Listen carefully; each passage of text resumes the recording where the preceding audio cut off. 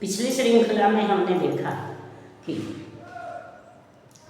कर्ण जो है युधिष्ठिर, भीम, नकुल, सहदेव आदि को छोड़ देता है, तो सल जो इस तथ्य से अनभिज्ञ है कि कर्ण ने माता कुंती को वचन दिया है, या कर्ण जो है वह कुंती का प्रथम पुत्र है, वह कर्ण के सामने यह प्रश्न रखते हैं कि तुमको अगर इन लोगों को मारना नहीं है तो फिर इनको घेर घेर के पकड़ते क्यों, इन पर प्रहार क्यों करते हो।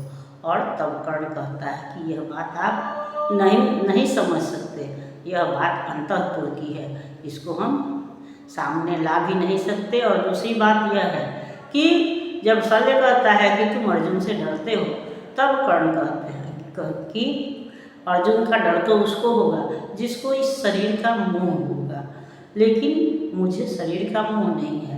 मुझे मालूम है कि एक दिन ना एक दिन ऊपर अवश्य ही जाना है, मृत्यु को अवश्य ही प्राप्त करना है।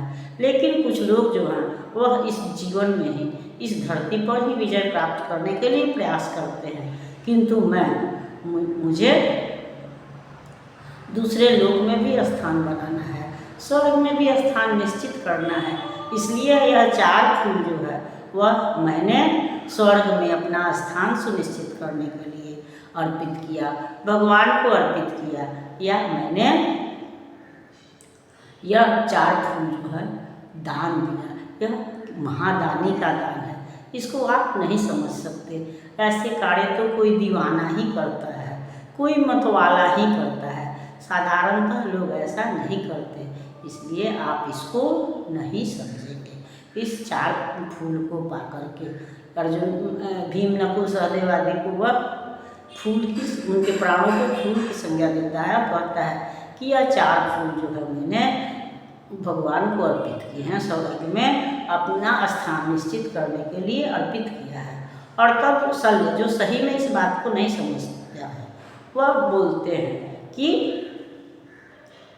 तुम अब यह प्रलाप जो है वह बंद करो, और वह देखो सामने जो है वह अर्जुन का रथ आ रहा है, उसकी आवाज़ सुनाई दे रही है, और वह बानरी पताका का मतलब है कि अर्जुन के रथ पर महावीर जी का पताका लगा हुआ था, तो वह पताका दूर से ही दिखाई पड़ रही है। देखो कितने तेज गति से जो उसके अश्व हैं, रथ के अश्व हैं, वह बिजली के समान आगे बढ़ रहे हैं, लग रहा है जैसे बिजली आ रही है, उतनी तेज गति से उसके अश्व आ रहे हैं। इसलिए अब तुम अपने तरकस को तीरों से भर लो और तैयार हो जाओ। जिस समय का तुमने वर्षों से इंतजार किया है वह समय आ पहुँचा है। और जब अर्जुन सामने पड़ता है तो कर्ण कहता है कि अब जिस समय के लिए ईश्वर ने हमारा निर्माण किया था, जिस दिन के लिए हमने अनल तत्व का पान किया था, यानी हमने अपना अंदर ओज, शौर्य, योग्यता भरी थी। अनल वो हमारे अंदर शौर्य और योग्यता भरता है। कोई काम को करने का जो उत्साह है वह अनल तत्व है। और यह हम जानते हैं कि हमारा शरीर जो है वह क्षिति, जल, पावक, गगन, समीरा यानी हवा से मिलकर के बना हुआ है। तो हवा हमें गति देती है, पृथ्वी यानी मिट्टी जो है उससे हमारे शरीर का निर्माण होता है, अनल हमको शौर्य प्रदान करता है। और जल का स्थान तो हमारे शरीर में महत्वपूर्ण है, हम देखते ही हैं। और आसमान जो है वह, गगन जो है वह हमारी आध्यात्मिक शक्ति है। तो कर्ण कहता है अर्जुन से कि हमने जिस अनल तत्व का पान किया, यानी जिस लिए हमने अपनी योग्यताओं का विस्तार किया, हम यह भी जानते हैं कि अर्जुन और कर्ण जो है वह बचपन से अपने किशोरावस्था से ही एक दूसरे के प्रतिद्वंदी हैं, और तब से किशोरावस्था से ही वह एक दूसरे को पराजित करने का प्रयास करते हैं या प्रतिज्ञा करते हैं। तो कर्ण कहता है कि अब वह समय आ गया है कि आज हम आमने सामने हैं, और अब इस मिलन बिंदु से तुमको अलग नहीं होना है, तुमको या हमको किसी को भी यहाँ से अलग नहीं होना है। यह या तो एक वीरगति को प्राप्त करेगा और दूसरा विजयी होगा। हम अब ये मृत्यु को वरण करेंगे या विजय प्राप्त करेंगे, लेकिन इसके बिना हम इस विजय जो यह बिंदु है, मिलन बिंदु से हम अलग नहीं होंगे। और तब उसकी यह बातें सुन करके अर्जुन भी नहीं जानता है कि कर्ण उसका बड़ा भाई है, इसलिए अर्जुन भी क्रोध में भर करके कहता है कि अरे सुतपुत्र, तुमने तो सही ही अपनी योग्य ही कथन किया कि तुम मुझे परलोक पहुंचाओगे, इसलिए उससे पहले मैं ही तुम्हें दूसरे लोक में पहुंचा देता हूँ। ऐसा कह करके अर्जुन जो है वह घाती का शक्ति यानी बाण का प्रहार करता है, लेकिन कर्ण घायल तो होता है लेकिन वह बच जाता है। और तब अर्जुन से कहता है कि तुम्हारे तीर मुझ पर बेकार हुए, निष्फल हुए, लेकिन इसका मतलब ये नहीं है कि मैं कवच कुंडलहीन होने से कमज़ोर हूँ। यह कवच कुंडल नहीं होने पर भी मेरा शरीर जो है वह वज्र के समान है। वह कहता है, कर्ण का देखिए दर्प पार्थ का, दहक उठा रविकांत हृदय, भूला रे सारथी पुत्र किया, तूने सत्य ही योग्य निश्चय, पर कौन रहेगा यहाँ बात यह, अभी बताए देता हूँ, धरपड़ से तेरा शीश मूढ़ ले, अभी हटाए देता हूँ। यह कह अर्जुन ने तान कान तक धनुष बाण सावधान किया, अपने जनते विपक्षी को हथ ही उसने अनुमान किया, पर कर्ण ते झेल वह महाविशिख कर उठा काल सा अट्टहास, रंग के सारे स्वर डूब गए, छा गया निनाद से विषादास। बोला शाबाश वीर अर्जुन, यह खूब गहन सत्कार रहा, पर बुरा न मानो अगर आन कर मुझ पर यह बेकार रहा। मत कवच और कुंडल विहीन इस तन को मृदुल कमल समझो, साधना दीप्त वक्षस्थल को अब भी दुर्भेद्य अचल समझो। अब तो मेरा उपहार यही यमलोक तुम्हें पहुँचाएगा, जीवन का सारा सब स्वाद तुम्हें बस इसी बार मिल जाएगा।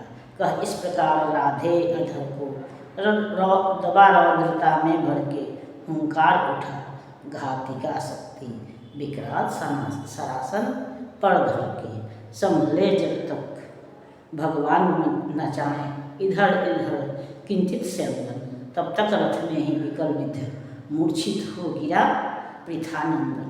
कर्ण का देखिया समर शौर्य संगर में हाहाकार हुआ, सब लगे पूछने अरे पार्थ का क्या सचमुच संहार हुआ।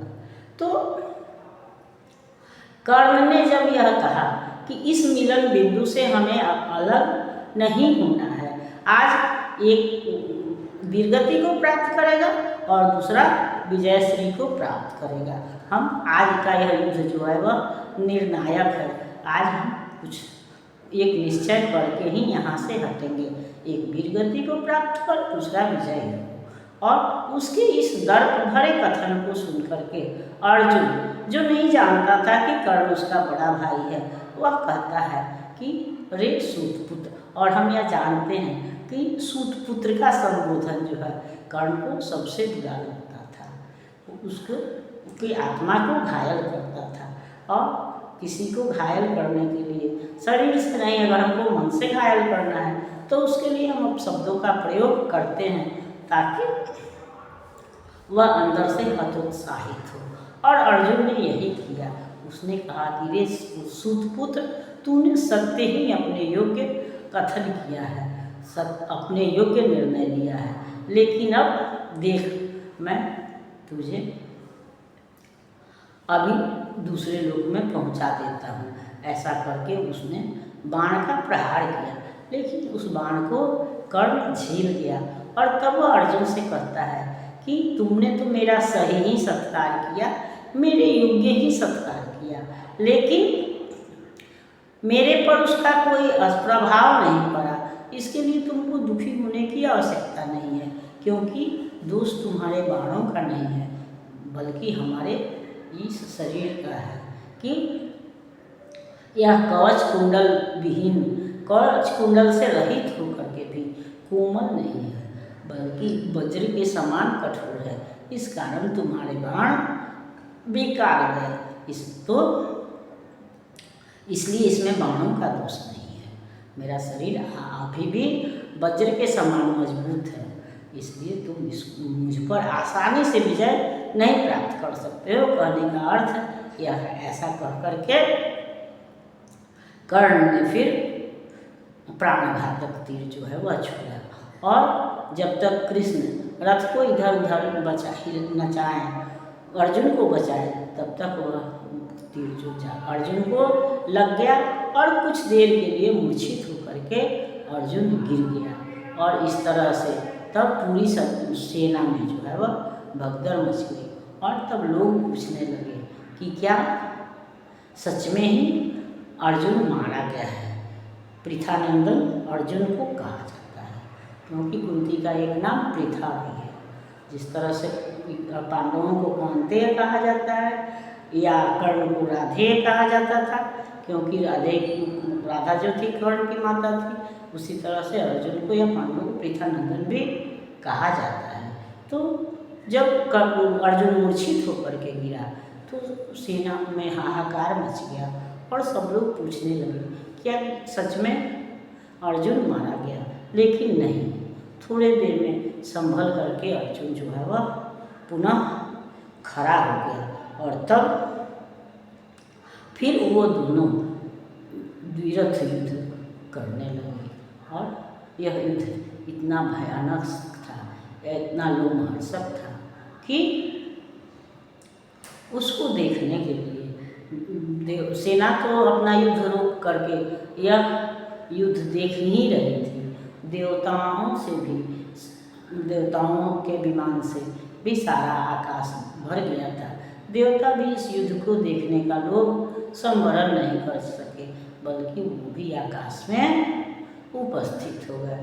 और इस तरह से कर्ण और अर्जुन का युद्ध है, उसको हम भयानक कहें, लोमहर्षक कहें, या आकर्षक, हृदयाकर्षक कहें। तो इस तरह से कर्ण और अर्जुन में युद्ध हुआ, जिस पर हम अगली श्रृंखला में विचार करेंगे। तब तक यह श्रृंखला आपको पसंद आती है तो इसको लाइक कीजिए, सब्सक्राइब कीजिए। मिलते हैं अगली श्रृंखला में, तब तक के लिए